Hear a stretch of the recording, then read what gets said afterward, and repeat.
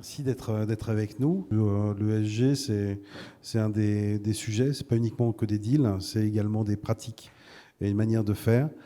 Donc le ESG, c'est bien, mais est-ce que ESG et M&A, c'est vraiment compatible? Et qu'est-ce qu'on met dedans? Qui se lance? Clémence? Cadeau. Ravie de me lancer. Non, l'ESG est un sujet très ancien, c'est pas une nouveauté, mais ça commence à emprunter tous les secteurs des entreprises et aussi le M&A. ESG et M&A, ça veut dire plusieurs choses. Ça veut dire est-ce qu'on fait du M&A pour des considérations ESG?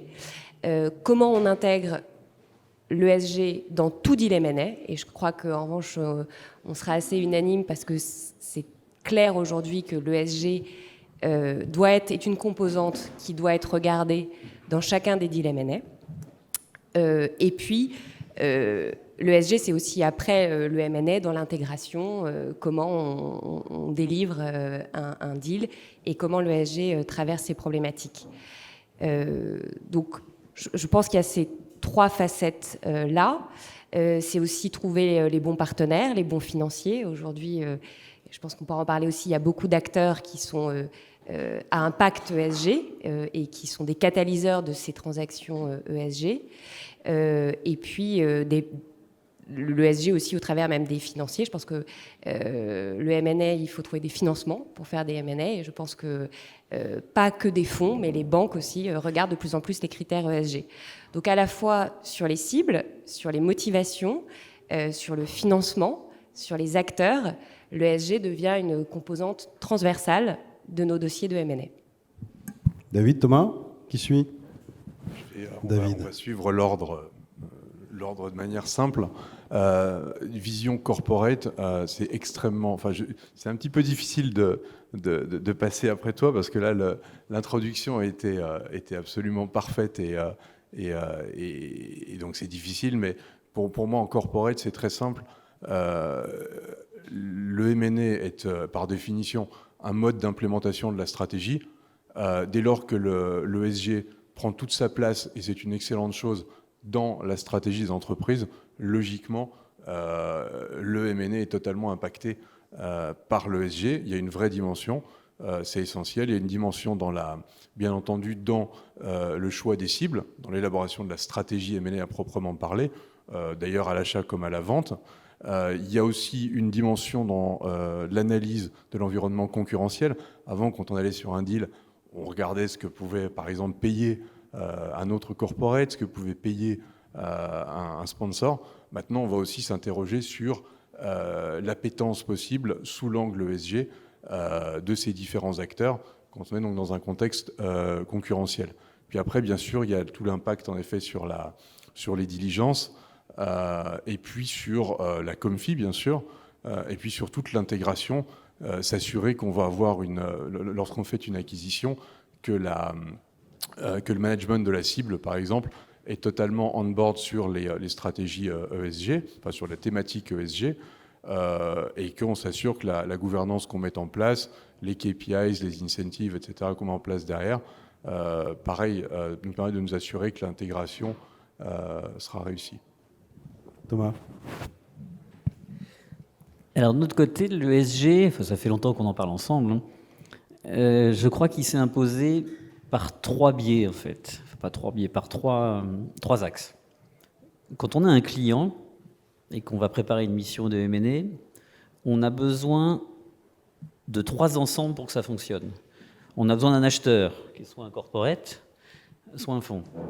On a besoin de banques qui vont financer. Et puis accessoirement, nous, on est des prestataires de services, on a besoin d'une équipe. Et on s'est rendu compte ces dernières années, ça fait longtemps que ça couvre, que ces trois éléments poussent vers l'ESG. Alors, les fonds de private equity... Il faut que tu expliques. Ouais, les fonds de private equity et les corporates, on en a déjà un peu parlé, tu pourras redévelopper, mais enfin ça s'impose de soi-même. Les fonds de private equity sont alimentés par des LPs. Ces LPs ont des quotas et des obligations eux-mêmes ESG qu'ils vont repousser sur leurs GPs, donc sur les managers de fonds. Et c'est de plus en plus important, cette pression. Certains fonds nous disent, cette fois-ci j'ai pu lever, mais si je ne fais pas ça, ça et ça la prochaine fois, dans mon fonds, cet investisseur-là ne reviendra pas. Il me l'a dit déjà, c'est comme ça. Donc ils ont une pression à faire.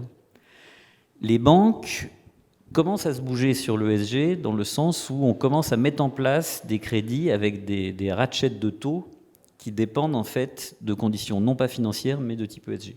Donc des ratios non financiers qui ont un impact sur le montant des intérêts à payer. Voilà, donc ça s'aligne. Et puis nous, on a une troisième pression, vous la ressentez aussi sûrement, qui sont les équipes. Chez nous, les jeunes, ils veulent bien faire le métier du M&A, ils veulent bien bosser, mais ils veulent savoir pourquoi. Et on en a déjà parlé assez longtemps, plus de la moitié de notre équipe chez nous est impliquée dans des travaux de type ESG internes et nous pousse à être un petit peu mieux, ou en tout cas essayer de voir un peu plus loin que certains de nos concurrents. Et donc quand on aligne ces trois-là, on dit on déroule, on y va, et on avance. Alors, peut-être qu'après tu me poseras la question comment ça se matérialise, ou je développe maintenant, comme tu veux. Non, mais écoute, vas-y, tu fais très bien. Je ne veux pas faire un long monologue non plus. C'est toi qui anime, c'est pas moi. Ne t'inquiète pas. Comment ça se traduit ? Laisse un peu de place aux autres quand même après. Oui, c'est pour ça que je ne veux pas monopoliser. On n'a pas vocation à être des ayatollahs de l'ESG. On n'est pas ayatollah, on n'a pas vocation à l'être. Par contre, comme je disais, on a vocation à accompagner. Et pour accompagner nos clients, il faut les sensibiliser sur certains éléments en parlant un langage qu'ils connaissent, qui est un langage de client et qui est un langage de valeur financière. Je veux dire, est-ce que très égoïstement, j'ai intérêt de faire de l'ESG quand je suis acheteur ou quand je suis vendeur ? Et en fait, de plus en plus, on se rend compte que oui, très égoïstement, mais très égoïstement, oui, tu as intérêt à être ESG. C'est quasi pascalien comme Paris, tant qu'à faire, vaut mieux essayer de croire au bon Dieu, parce que ça peut servir à un moment ou à un autre. Ça pourrait pareil. On est dans une phase, pour certains, de Paris pascalien, en fait. L'ESG existe, je ne l'ai pas vraiment rencontré, on ne sait pas très bien, mais allons-y quand même.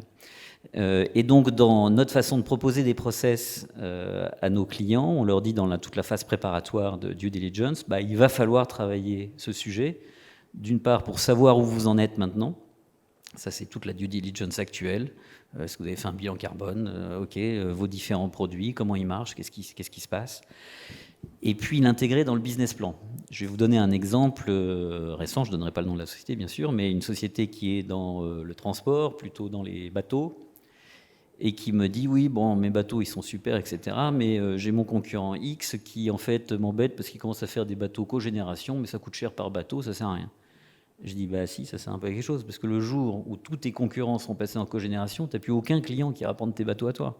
Donc autrement dit, si tu fais pas le move, tu vas juste mourir. Des histoires comme ça, il y en a 50 dans plein de sociétés. Je te laisserai recommander peut-être là-dessus. Je pense que chez Veralia, il doit y avoir des choses assez proches. Ouais, alors je suis totalement aligné sur le dernier point, c'est-à-dire que d'une manière générale, on va de toute façon arriver à une situation où des comportements, on va dire, non compliant d'un point de vue ESG, comme celui que tu évoques, d'un point de vue business, fonctionneront plus.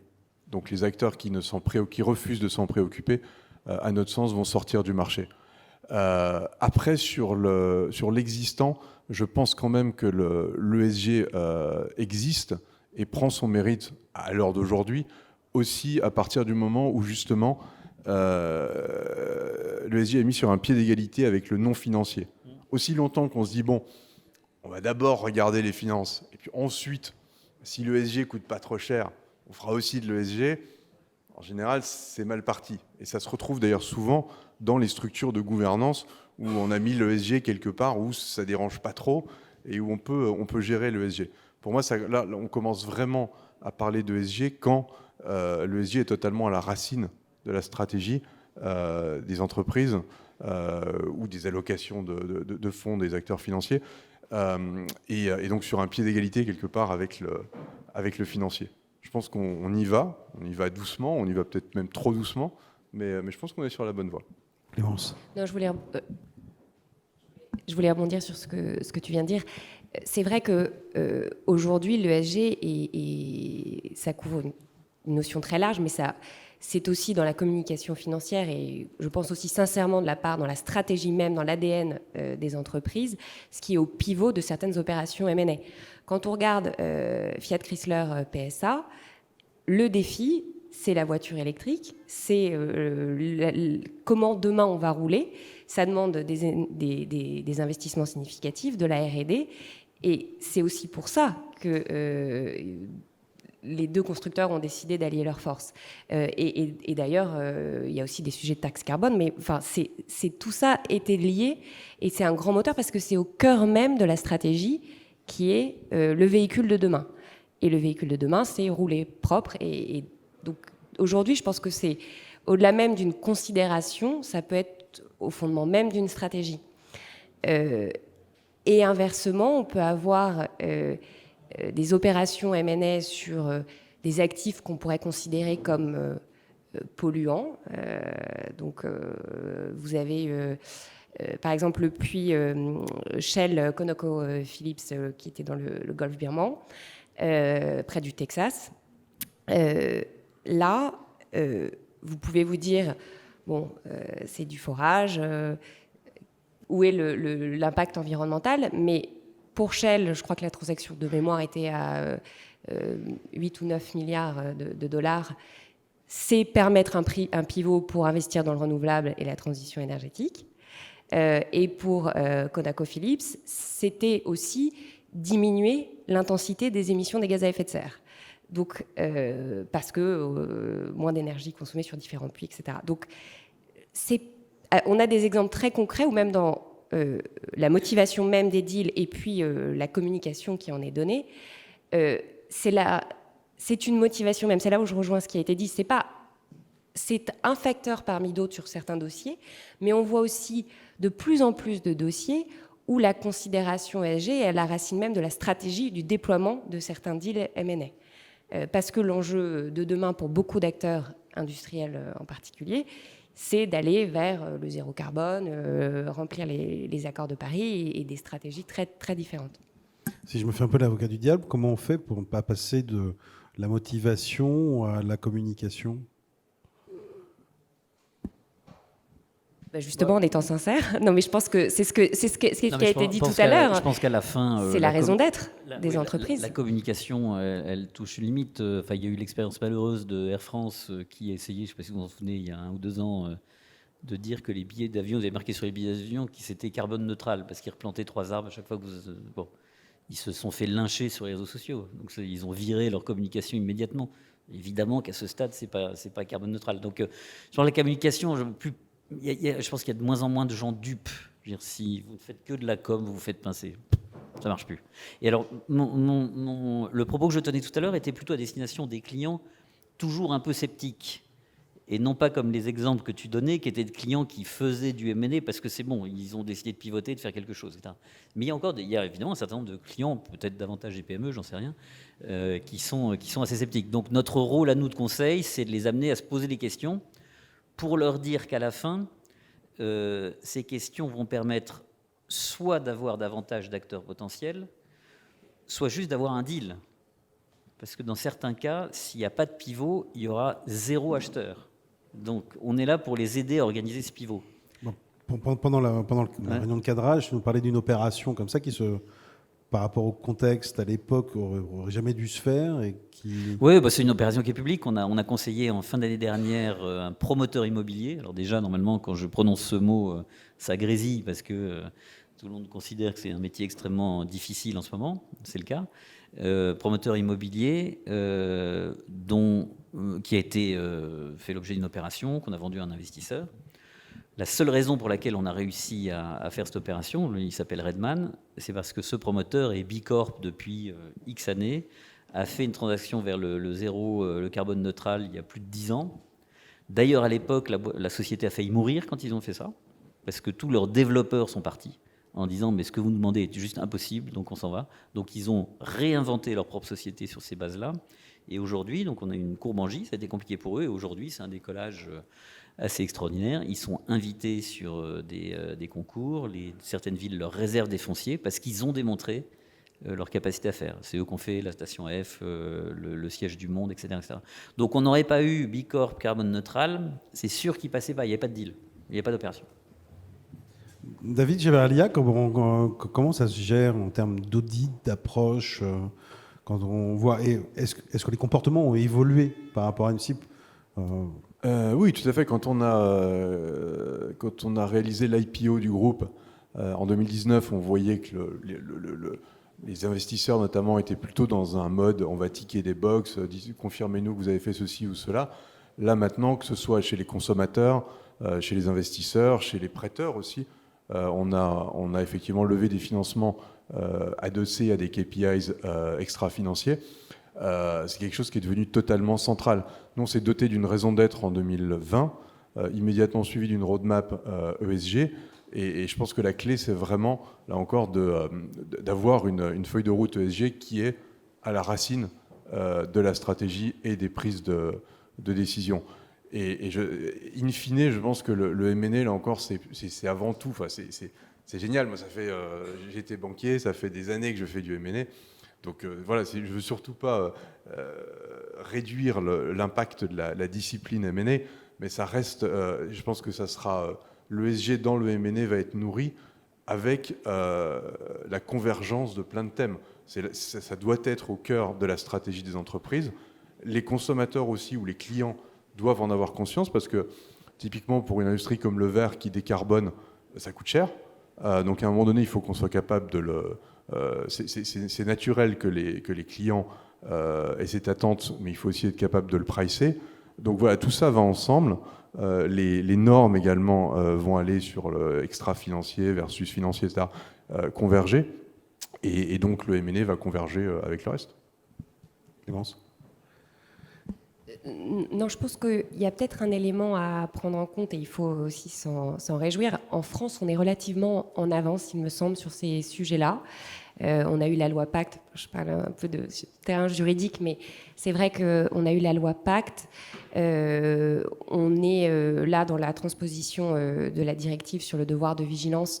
La France a déjà le devoir de vigilance dans son corpus législatif. Donc, je pense qu'on parle en tant qu'acteur du M&A français. Mais quand on accompagne nos clients à l'étranger, on s'aperçoit que c'est pas encore une compréhension harmonisée. Ça va l'être de plus en plus au sein de l'Europe parce qu'il y a la directive CSRD et aussi aux États-Unis, il y a aussi des normes extra-financières qui sont en train d'arriver. Mais on parle, comme tu le disais, plutôt d'acteurs de corporate assez importants. Ces normes s'appliquent quand même à des entreprises de grande taille. Et fort heureusement parce que c'est aussi très compliqué à produire, donc on ne peut pas imposer ça à des entreprises de taille moyenne ou intermédiaire. Mais je pense que la façon dont on parle de l'ESG dans le M&A n'est encore pas harmonisée. Ça ne veut pas dire que dans d'autres pays, ils font beaucoup de pollution ou ils font moins bien, c'est simplement que ce n'est pas formalisé, qu'il n'y a pas la gouvernance ou les outils ou le suivi. Et donc on ne parle pas encore forcément le même langage sur l'ESG dans les deals M&A. Ça, c'est le premier point. Et le deuxième point, on en avait discuté dans la réunion de cadrage, mais dans l'ESG, il y a E, S et G, et l'importance des paramètres est assez différente. Je pense qu'en Europe, le E, les objectifs climat, l'environnement est au centre de beaucoup de discussions stratégiques de corporate, mais aussi sur le M&A naturellement. Aux États-Unis, peut-être que les sujets de diversité, d'égalité, d'inclusion sont beaucoup plus présents qu'en Europe. Donc en fait, cette perception de l'ESG, ce prisme ESG, est encore différent d'une juridiction à l'autre. Et donc aussi sur nos deals M&A, on ne fait pas une due diligence M&A ESG de la même manière en fonction des juridictions. Et puis, il y a certains pays où il n'y a pas de devoir de vigilance. Donc, bon, quand vous posez des questions et puis la réponse est NA, non applicable, faut un peu creuser. Et c'est un peu déstabilisant au début. C'est fréquent. Voilà. Oui, on n'a pas du tout encore tous le même système. C'est une mise à niveau au sein des pays européens. Il y a des risques particuliers aujourd'hui par rapport à ça. Enfin, juridiquement parlant, en France, on est bien outillé ou il y a encore des choses qui devraient évoluer. Enfin, CSRD va changer un certain nombre de points, mais... D'un point de vue juridique, mais je pense que ce serait intéressant d'avoir votre vision d'un point de vue corporate. Mais d'un point de vue juridique, il y a deux volets. Il y a le risque ESG dans la transaction qu'on voit sur des due diligence, une industrie avec un site polluant, des sujets de compliance. Bon, c'est un peu le sujet juridique. Et puis la réponse, elle est un peu comme tous les autres risques. Est-ce qu'on le prend en compte dans le prix ? Est-ce qu'on demande une garantie spécifique? Bon, on le traite un peu de la même manière. En revanche, ce qui est peut-être nouveau, c'est aussi un risque pour les entreprises, c'est quand on apprécie une transaction et son intérêt pour l'entreprise, c'est l'intérêt social, et c'est ce que dit la loi Pacte, et aussi en lien, en prenant en considération les enjeux sociaux et environnementaux. Et donc, la gouvernance de la société doit prendre en compte ces considérations et, le cas échéant, engager sa responsabilité. Mais je ne crois pas qu'il y ait de nouveautés ou de grandes révolutions. Il n'y a pas de changement de paradigme. Là, il y a des grandes discussions compte tenu de la directive devoir de vigilance avec le Parlement européen qui a une version plus aboutie. Je rentre des sujets très techniques, pardon, mais il peut y avoir des évolutions. Mais il n'y a pas de changement de paradigme, en tout cas en droit français, par rapport à ce qu'on connaissait. Thomas, tu veux enchaîner ? Ouais, alors nous, on ne va pas traiter beaucoup les aspects réglementaires dans notre démarche. C'est-à-dire, ils existent déjà. Voilà, tout ce qui est réglementaire est vu dans le cadre de l'audit juridique. C'est fait, c'est pas fait. Si c'est pas fait, c'est un problème. C'est pas fait, c'est une garantie où il n'y a pas de deal. Mais ce qu'on essaye de pousser, c'est plus des critères non réglementés. Au niveau, effectivement, alors environnement, on en a un peu parlé, mais effectivement, il y a les autres volets social. Nous, on essaie de pousser, par exemple, si l'acheteur est un fonds, à des cercles 2, des cercles 3 d'incentive management pour le côté S, gouvernance. On sait que s'il y a un défaut de mixité, certains fonds vont tiquer. Voilà. Donc c'est plutôt des critères qui, encore une fois, pour nous, vont permettre, au pire des cas, d'avoir un deal, au meilleur des cas, d'optimiser le prix. Et nous, ce qu'on essaye de dire, c'est que ces critères non économiques vont avoir, ou ont déjà dans certains cas, une traduction économique immédiate et à terme. On réussit à valoriser cette traduction c'est économique compliqué aujourd'hui. de dire. Alors souvent, quand on pitch, on dit OK, mais David. Alors si je fais ça, je vaux une fois de plus EBITDA, c'est compliqué de le dire. Mais intuitivement, si on... C'est un des sujets. Évidemment, pour nos clients, c'est quasiment le sujet. OK, alors je fais tout ça, ça a coûté de l'argent, ça a coûté du temps, de l'énergie, qu'est-ce que j'ai en retour? Donc c'est compliqué à chiffrer. Je pense qu'on n'a pas de réel benchmark. Je pense que le seul benchmark qu'on ait réel, c'est que si vous ne le faites pas, votre valeur va baisser. Et si vous le faites, vous aurez davantage d'appétit en face de vous. Donc vous négocierez pas avec 2 personnes intéressées, mais peut-être avec 5. Donc s'il y a 5 personnes intéressées et que la mayonnaise prend, peut-être que la sauce va faire que le prix monte. Donc, mais c'est un mécanisme de marché classique en fait. Voilà, donc j'ai pas de réponse, non, désolé. David ? Oui, non, je suis totalement en ligne avec ce qui vient d'être dit. Je crois qu'on est encore en pleine évolution. Mais très clairement, je pense qu'à minima, le fait d'être en retard va être de plus en plus un problème pour ceux qui le sont. Et que, inversement, je pense que d'un point de vue business, le fait d'avoir un vrai leadership en matière de ESG sera de plus en plus reconnu. Toi, aujourd'hui, il y a des cibles que tu ne regardes plus ou que tu ne regardes pas ou que tu as commencé à regarder et où tu t'es arrêté à cause de sujets ESG sur les 2 dernières années ? Oui, absolument. Et c'était quoi le point bloquant ?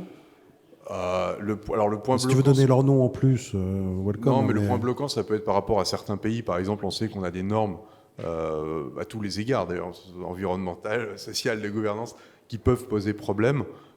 C'est probablement des considérations qu'on aurait pu gérer autrement il y a un certain temps et qui maintenant, très clairement, par rapport à notre raison d'être ou notre feuille de route, sont pas acceptables. Et dans ce cas-là, même avec un grand discount, la remise à niveau derrière de la cible est impossible ou trop compliqué Non, si le problème est propre à la cible, en général, il se résout. Si le problème est lié à l'environnement global dans lequel elle évolue, ça, c'est plus compliqué. Aujourd'hui, Clémence, au niveau européen, enfin, on est une boîte française, on regarde au niveau européen.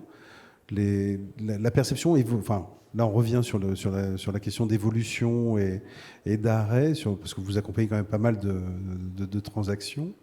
Il y a beaucoup de stops, ou ça reste vraiment une exception dans le deal ? À cause des considérations ESG, Exactement. Alors, à mon niveau, je pense qu'on ne le voit pas, sauf s'il y a un gros sujet de non-conformité, très clair. Bon, parfois ça peut être un no-go, mais je pense que, en lien avec ce qui a été dit, si une cible ne répond pas à une raison d'être ou à des critères ESG, ab initio, je pense que ça vient dans le raisonnement des acteurs assez en amont, avant que les avocats soient saisis, en fait, pour le dire très nettement. Donc, je ne le vois pas. Ce qu'on voit, c'est des due deals très poussés sur ces sujets-là. Et s'il y a une non-conformité, ça peut être en effet des positions plus dures qu'avant pour y remédier, ou c'est pris en compte de façon très nette tout de suite dans le prix, parce qu'il y a des actions de remédiation immédiates qui sont mises en place et que c'est de facto discounté du prix.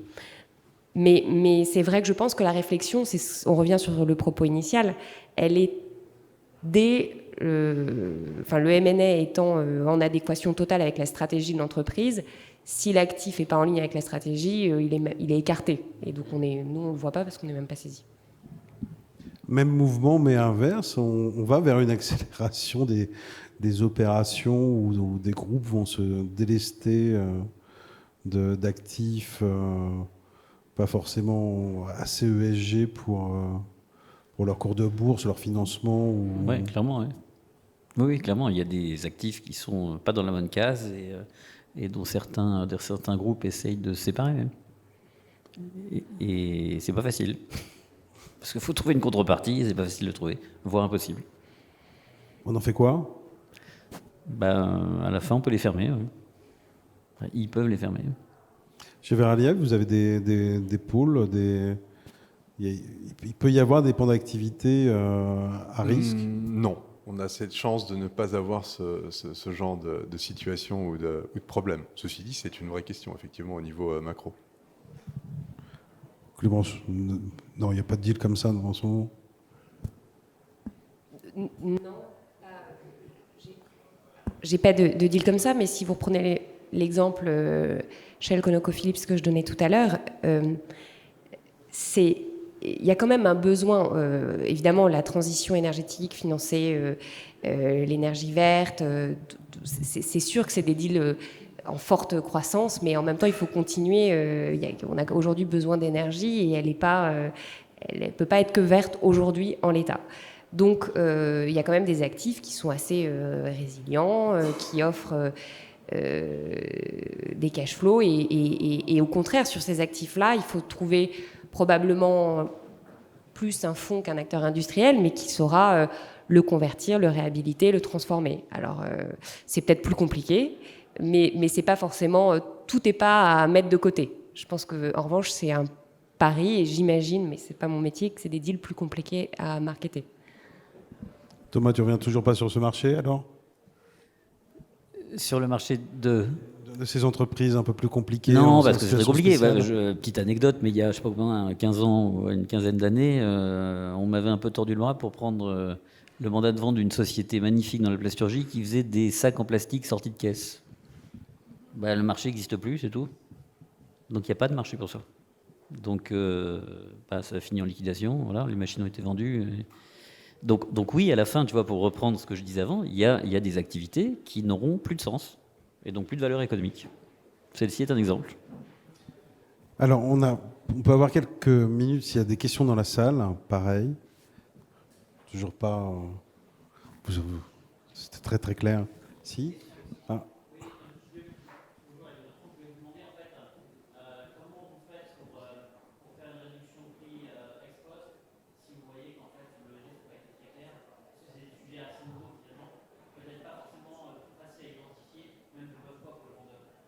Donc, je le redis pour ceux qui sont en ligne, comment faire une réduction de prix ex post par rapport au facteur ESG.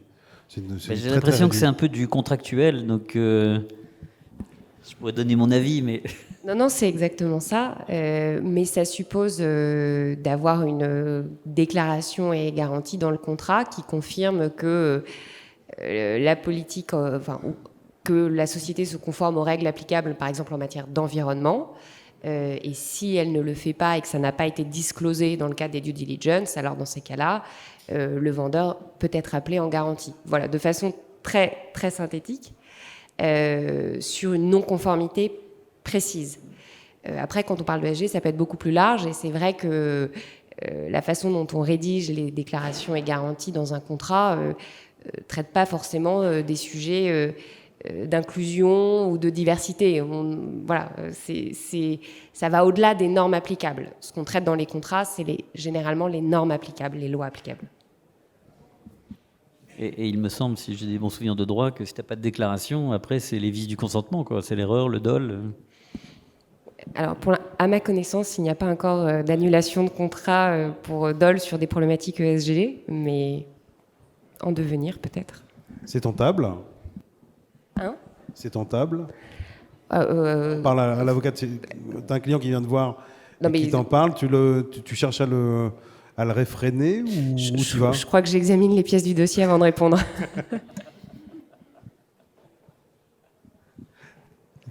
Madame.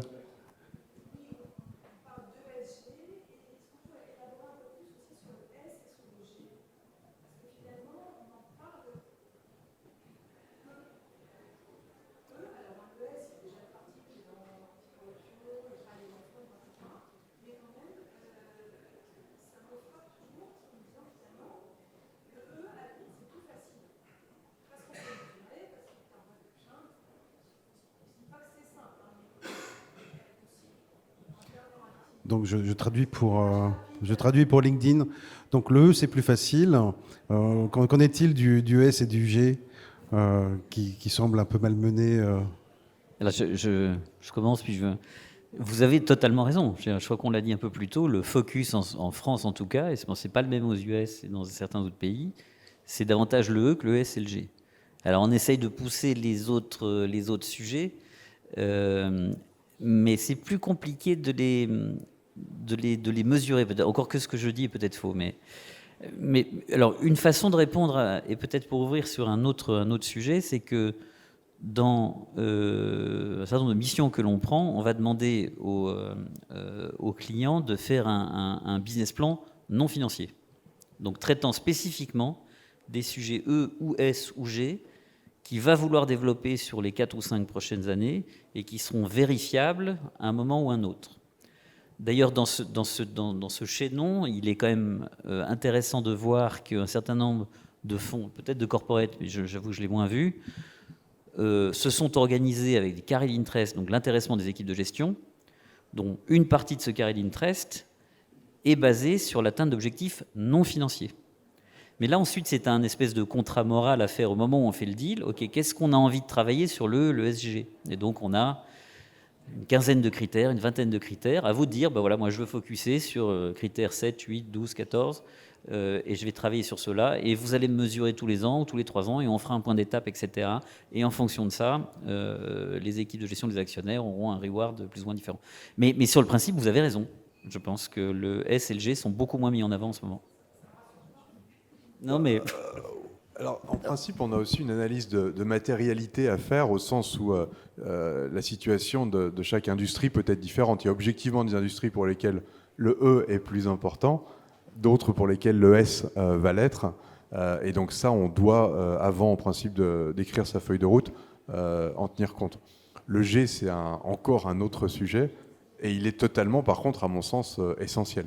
Parce que si la gouvernance, qui est, on va dire, un outil, n'est pas aligné, le E, le S et tout le reste ont des chances de rester lettre morte.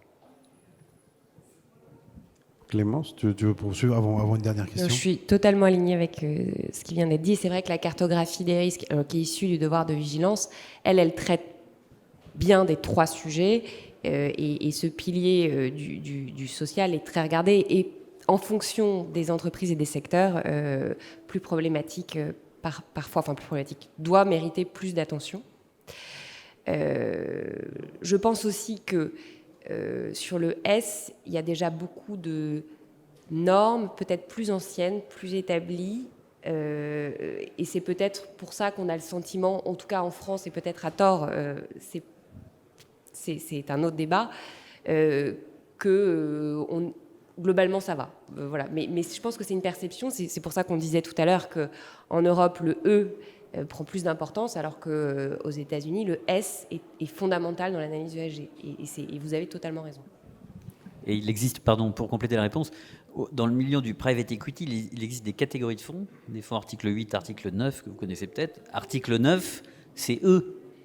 À ma connaissance, il y a peu de fonds qui seraient dédiés S. Alors, c'est des fonds plus généralistes à impact, mais sur lesquels, il me semble, le thermomètre est moins régulé, en tout cas. Impact a du S, mais 9, c'est que du E.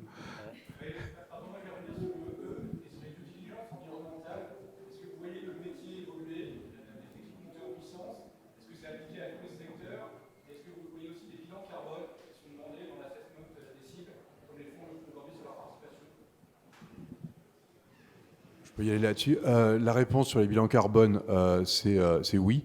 Après, je pense que sur les aspects de due deal, on a vraiment les deux thèmes qui qui coexistent. Le premier, c'est le thème traditionnel, on va dire, de la due deal à des fins de garantie de passifs, etc. Donc, on fait une due deal environnementale et on demande des garanties, etc. Et l'autre, qui est la thématique plus proactive de l'évaluation de la stratégie environnementale de la cible. Et ça, c'est beaucoup plus qualitatif. Comme on le disait tout à l'heure, ça va probablement pas, ou plus difficilement, appeler ça va susciter des appels en garantie ou autre. Par contre, c'est absolument clé dans l'évaluation globale de la cible. Donc on est toujours sur deux problématiques différentes, à mon sens.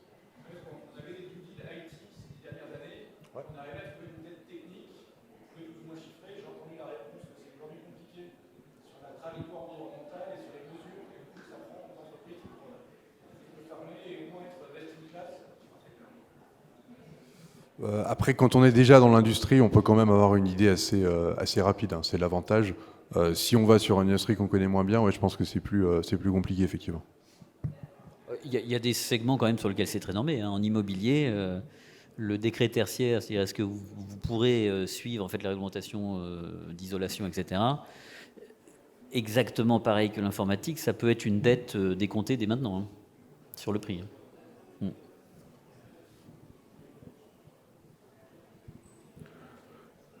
On a eu pas mal de questions, bon sujet.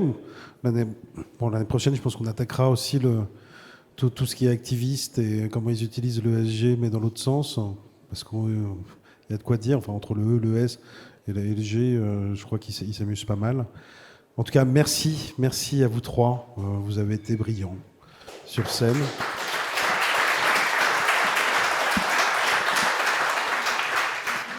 Alors, c'est l'heure du cocktail. Alors, pour ceux qui sont online, je vous invite à aller prendre un Perrier ou un vin à boire avec modération, bien entendu, chez vous.